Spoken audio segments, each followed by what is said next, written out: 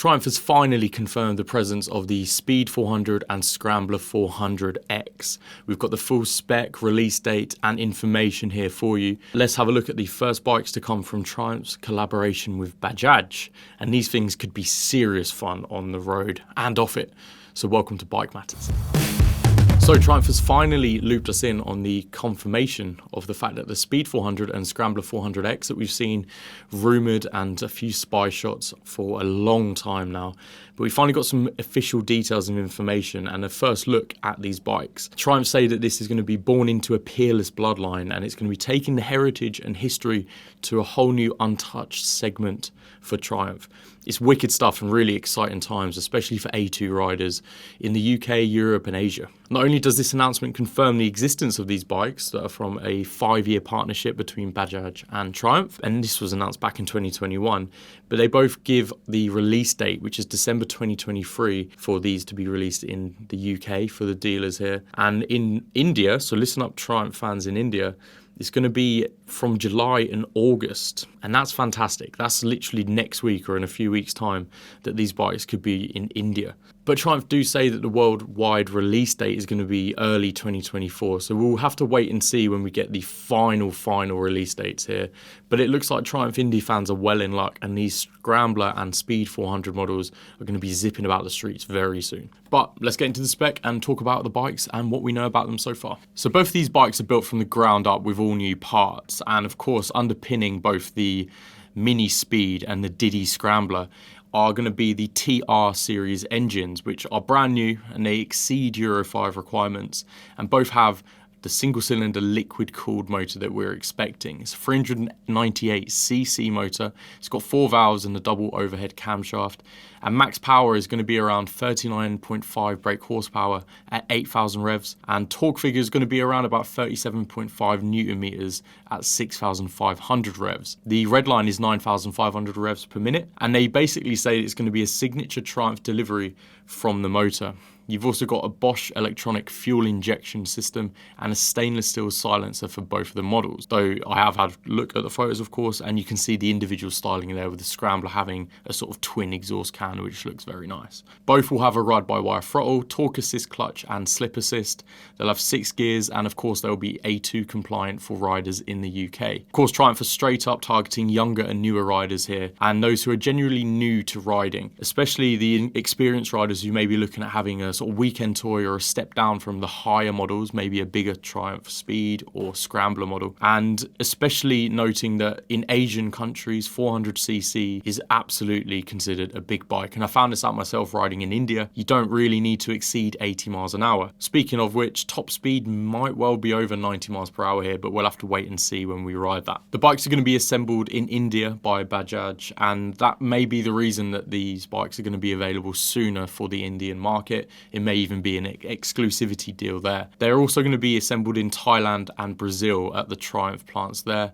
And from new, they're going to have a 2-year unlimited mileage warranty with a 10k service interval, which is pretty huge. Again, as of yet, the price is to be confirmed and we haven't been given any indication of the exact release date for prices, but they've said around 2 months' time or so. And the Indian price is not going to be reflective of what it will be in the UK. But we'll get to the price in a little bit with some rumours and speculation about what other manufacturers are doing in this market segment. So moving elsewhere on the bike, the frame itself is of course new and shared between the two models. It's a hybrid spine tubular steel with bolt-on rear subframe and a twin-sided cast aluminium alloy swing arm. This is going to be where the differences between the two do start to appear though, because the Speed 400 has 17-inch wheels front and rear with Metzeler Sportec M9 RRs.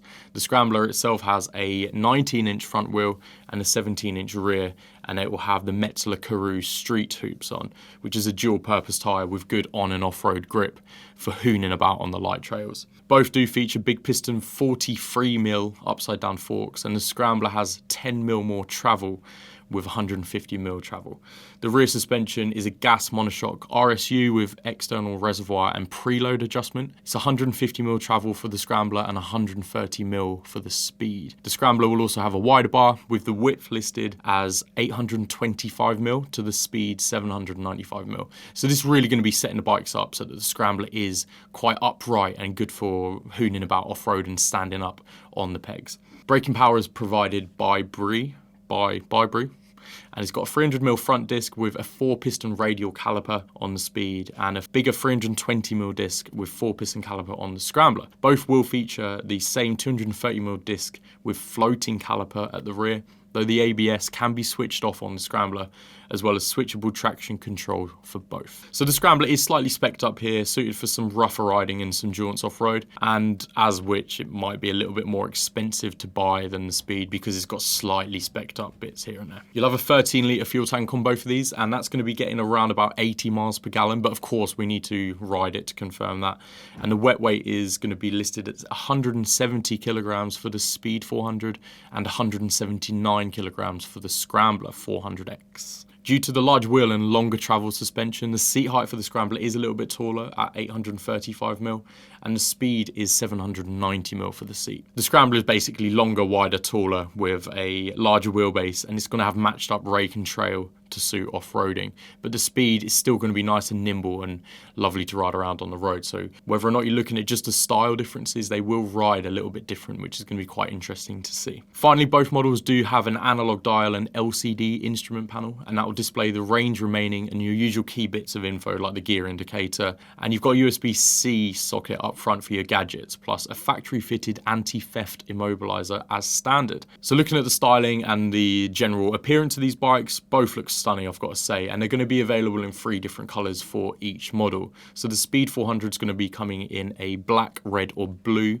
of course with their own Triumph wording for those, and the Scrambler is going to be available in a black, red or just classic green from Triumph, which I absolutely love. I think the green for Triumph just somehow looks spectacular. Never seen something I like so much as that. Might be pushing the boat out a bit, but it's very nice. As always with Triumph as well, there's going to be a huge catalogue of accessory parts. I think there's over 25 from launch, and that's going to be from styling to luggage and sort of crash bars and accessory bits like that. So it's going to be very interesting to see what people do to customise these bikes up. But the big question on everyone's lips is going to be how much the bikes are going to be listed as. Of course, they're very hush-hush about this, and we probably won't even find out in any time soon about how much they're listed at. But Triumph do distinctly say that these are going to be competitive priced versus key competitors in each market, distinctly naming the BMW G310R and GS, as well as naturally going up against the KTM Duke 390, Honda CB 300R, and no doubt the upcoming Royal Enfield Himalayan 450 liquid-cooled update that is heavily rumoured and basically at this point confirmed without the official confirmation. And that's going to be a stern rival, so it might be interesting to see how these two bikes match up against one another. Now it will be interesting in particular to look at how the BMW shapes up here, because they did name this one by name in the little press release bit. So the G310R and GS model both have 313cc engines, so they are smaller with 34 brake horsepower and 28 Newton meters of torque, which is considerably less than the Triumphs here, but they're priced at £5,190 and £5,890 respectively. We'd take a guess here that the Triumph price may end up being closer to £6,000 because of this, but because of the collaboration with BAJAJ, they may end up being priced quite lower than that. It might be closer to £5,000, and if so, Triumph will have hit the nail on the head.